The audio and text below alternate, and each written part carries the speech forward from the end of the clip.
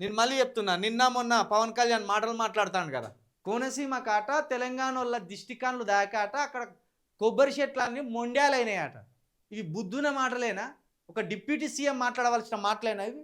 ఒక ఉప ముఖ్యమంత్రిగా ఉన్న పవన్ కళ్యాణ్ గారికి ఎంత విశాలమైన ఆలోచనలు ఉండాలి, ఎంత విశాలమైన మాటలు మాట్లాడాలి. తెలంగాణోళ్ళ తెలంగాణోళ్ళు కళ్ళదిష్టాట, మన కళ్ళదిష్టాట కోనసీమ దాకాట ఆ కొబ్బరి చెట్లన్నీ మొండ్యాలైనాయట ఒట్టిగానే.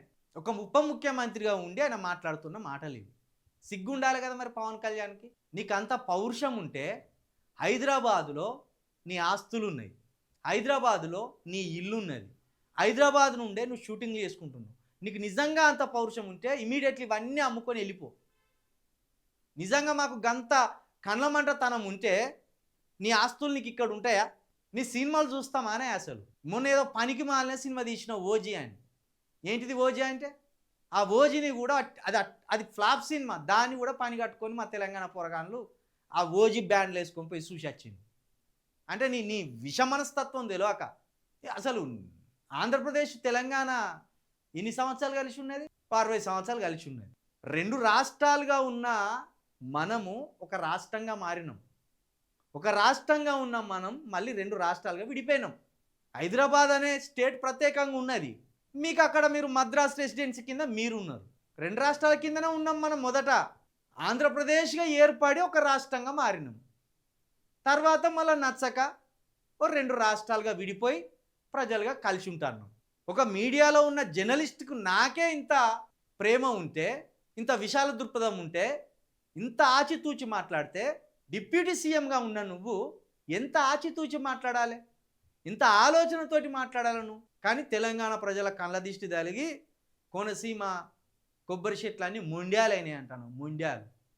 సిగ్గు అనిపించాలి కదా ఆ మాట అనడానికి. అసలు నిన్ను ఎట్లా ఎన్నుకున్నారో ఆ పీఠాపురం ప్రజలు, వాళ్ళకు మొక్కాలి అసలు. ఇక ఇవన్నీ ఇట్లా అంటే బాధపడతారు. కోనసీమకి ఎవడన్నా తెలంగాణ పోయి బతకపోయింది అనేగాడికి? ఎవడన్నా బతకపోయి చూసి కళ్ళు ఓర్చుకోలేక అన్నారు ఎవడన్నా? అట్నుంచి ఇటు వస్తారు కదా వర్క్ మీద, ఏదో ఒక జాబ్ చేసుకోవాలని. నిజంగా గంత కలమటతనం ఉంటే రామోజీరావు ఫిలిం సిటీ ఉంటుందా? అన్నపూర్ణ స్టూడియో ఉంటుందా? పద్మాలయ స్టూడియో ఉంటుందా? మీ అన్న బ్లడ్ బ్యాంక్ ఉంటుందా? అసలు మీరు ఆక్రమించిన అక్రమాస్తులు ఉంటాయా? మీ మీ ఇండ్లు ఉంటాయా ఇక్కడ? మాకు గంత కలమటతనం ఉంటే. ఎంత నిర్బంధాల మధ్య తెలంగాణ సాధించుకున్నారు తెలంగాణ ప్రజలు. మరి నిజంగా అప్పటి పౌరుషమే తెలంగాణ ఉద్యమం నాటి ఆ ఆలోచనలు, ఆ ఆవేశమే తెలంగాణ ప్రజల్లో ఉంటే, ఒక్క సినీ యాక్టర్ అని ఇక్కడ బతికి బట్టగట్ట, ఒక్క బిజినెస్ మ్యాన్ అని ఇక్కడ బతికి బట్టగట్ట ఎవడన్నా ఉండా అసలు ఇక్కడ? కానీ తెలంగాణ ప్రజల రక్తంలో ఆ ఈర్ష్య ద్వేష స్వభావాలు లేవు. అంత ఈర్ష్య పరులు కాదు వాళ్ళు, ప్రేమగాళ్ళోళ్ళు. మాకు ఆంధ్ర నాయకుల మీద, వాళ్ళ ఆలోచనల మీద, వాళ్ళ అడుగుల మీద కోపం తప్పించి ఆంధ్రప్రదేశ్లో ఉన్న ప్రజల మీద ఏనాడు ఇక్కడున్న ప్రజలకు కానీ ఇక్కడున్న నాయకులకు కానీ కోపం లేదు.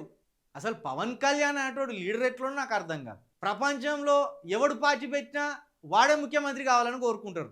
కానీ పవన్ కళ్యాణ్ ఒక్కడే ఎప్పుడు చంద్రబాబు నాయుడు ముఖ్యమంత్రి కావాలని కోరుకుంటాడు.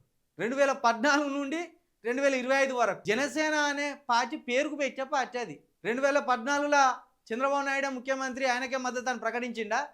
పార్టీ పెట్టిండు, పోటీ చేయకుండా మద్దతు ఇచ్చిండు. ఇక 2018 అంటే 2 చోట్ల పోటీ చేస్తే ఒక్క దెబ్బతో ఎగిరిపోయాడు. ఇక 2019లో తెలుసు, 2019 సంగతి తెలిసిందే మీకు. ఇక 2025 అక్కడ పోయి మోడీ కాళ్ళు పట్టుకొని ఇక్కడ చంద్రబాబు నాయుడు తోటి పొత్తు పెట్టుకొని ఆ బీజేపీ పుణ్యమని, టీడీపీ పుణ్యమని, రెండు పార్టీల పుణ్యమని 21 సీట్లు గెలిచినావు. నిజంగా నువ్వు లీడర్ అని ఎప్పుడు అనుకుంటారంటే, ఆ రెండు పార్టీలతోటి పొత్తు తీసేసి మళ్ళొక్కసారి పోటీ చేయి. అదే 21 స్థానాలలో మళ్ళీ పోటీ చేయి. మళ్ళా ఒక్క సీటు కూడా వస్తుందో రాదు. కాబట్టి పవన్ కళ్యాణ్ గారు, మీరు ఒక డిప్యూటీ సీఎం, చెప్రాష్ లాగా మాట్లాడొద్దు, మీరు ఒక అటెండర్ లాగా మాట్లాడొద్దు, మీరు ఒక వార్డ్ మెంబర్ స్థాయి ఆలోచన ఉండకూడదు మీకు. ఇంకా ఇక్కడ జెండా కూలీలు ఉన్నారు కొందరు, జెండా కూలీలు. ఆ జెండా కూలీలు జగదీశ్వర్ రెడ్డి గారికి కౌంటర్ ఇస్తాను. ఆ జెండా కూలీలు జగదీశ్వర్ రెడ్డి గారికి ఈకత్తోక గారు, మీరు జగదీశ్వర్ రెడ్డి గారితో పోల్చుకుంటాను మీరు జెండా కూలీలు. జగదీశ్వర్ రెడ్డి గారిని నీకు ఎంత దమ్ము, ఎంత ధైర్యం అంటాడు. ఆయన ఉద్యమకారుడు, 2 సార్లు మంత్రి, ఇంత తీవ్రతలో కూడా ఎమ్మెల్యేగా గెలిచినోడు. పొత్తు పెట్టుకొని గెలవలే మీ పవన్ కళ్యాణ్ లెక్క జగదీశ్వర్ రెడ్డి గారు. ఒంటరిగా గెలిచిండు. ఈడో జెండా కూలీలు తయారైండు. ఇవాళ అనిరుద్ధ్ రెడ్డి గారు అన్నారు పవన్ కళ్యాణ్ గురించి. ఇప్పుడు అనుర్రి మరి చూద్దాం. ప్రతిపక్ష ఎమ్మెల్యే కాబట్టి ఇక అనగానే ఓ రెచ్చిపోయిన్లు. ఇలా కాంగ్రెస్ ఎమ్మెల్యే అన్నాడు, జడ్చర్ల కాంగ్రెస్ ఎమ్మెల్యే అనిరుద్ధ్ రెడ్డి ఏమన్నాడు? పవన్ కళ్యాణ్ నీకు నిజంగా పౌరుషం ఉంచి ఇక్కంచెల్లి చలో వెళ్ళిపో అన్నాడు. కాబట్టి పవన్ కళ్యాణ్ లాంటి ఆలోచనలు ఉంటే అది ఎప్పటికీ ఆంధ్రప్రదేశ్ కూడా ప్రమాదమే. ఎవడన్నా గా ఎర్రచందనం పట్టుకొని చూసి రావాలి కానీ ఆడికి పోయి పోజులు ఇస్తాను ఇట్లా నిలబడి. ఎర్రచందనం ఆ మొట్లను పట్టుకొని ఇట్లా పోజులు ఇస్తాను. ముందే ఫోటోగ్రాఫర్లను పెట్టి నీ ఇటు తిరుగుతూ ఇటు ఫోటో తీయుర్రు, అటు తిరిగితే అటు ఫోటో తీయుర్రా. గీ ఎచ్చల మారుతానానిక నేను డిప్యూటీ సీఎం ఎన్నుకున్నది. ఇంకా సుగాలి ప్రీతి కేసు ముందుకు తీయరాదు, పనికి మాలిన వేషాలు. కాబట్టి ఇలాంటివన్నిటినీ మన తెలంగాణ ప్రజలకు తెలియజేయడానికే మన యూనివర్సల్ టీవీ, యూనివర్సల్ మీడియా ఉన్నది. చిల్క ప్రవీణ్ గొంతు ఉన్నది.